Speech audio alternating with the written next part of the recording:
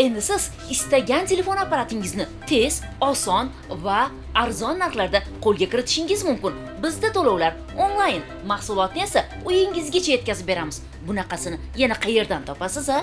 Voy, siz nima qilyapsiz? Men sizga ishonib do'konni tashlab ketsam, yana qing'irishlaringizni davom ettiryapsizmi odamlarni aldab? Nima? Do'koning yeyilib qoldimi yo biror joying kamayib qoldimi? Namuncha? Bukrini go'r tuzatadi deb bekorga aytmagan ekanda. Shunaqa qing'irishlaringiz uchun o'tgan safar ham javobgarlikka tortilgandingiz. Aqlingiz kirmabdi-da hali ham. Eslatganing uchun rahmat. Bu safar hushyorroq bo'laman. Xuddi mana shunday xom xayollar bilan onlayn savdo orqali odamlarni chuv tushirgan firibgar qo'lga olindi.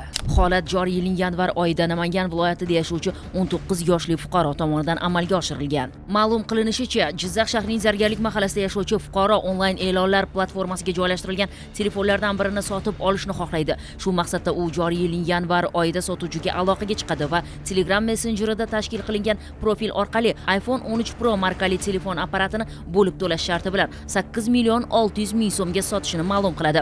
O'z navbatida oldindan 4 million 300 ming so'm pul to'lash kerakligini va shundan keyin telefon apparatini tezkor pochta orqali yuborishini aytadi. Bunga ishongan jizzaxlik xaridor kelishilgan pulni sotuvchining virtual kartasiga o'tkazib beradi. Ammo vaqt o'tsa-da, telefon apparati yetib kelmaydi.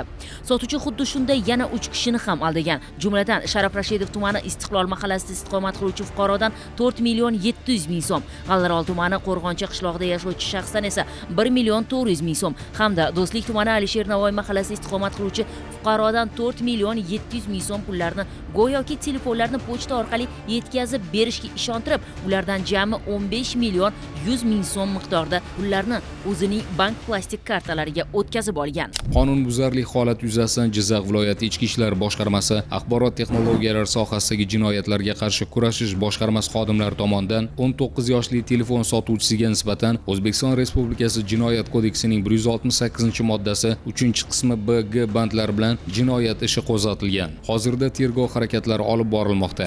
O'zgalar haqqidan hazar qilmaydiganlar, agar o'sha odamlarni aldashga sarflayotgan bilimingiz, aqlingizni to'g'ri yo'lda yo'naltirsangiz, undan ham ko'proq daromad topishingiz mumkin.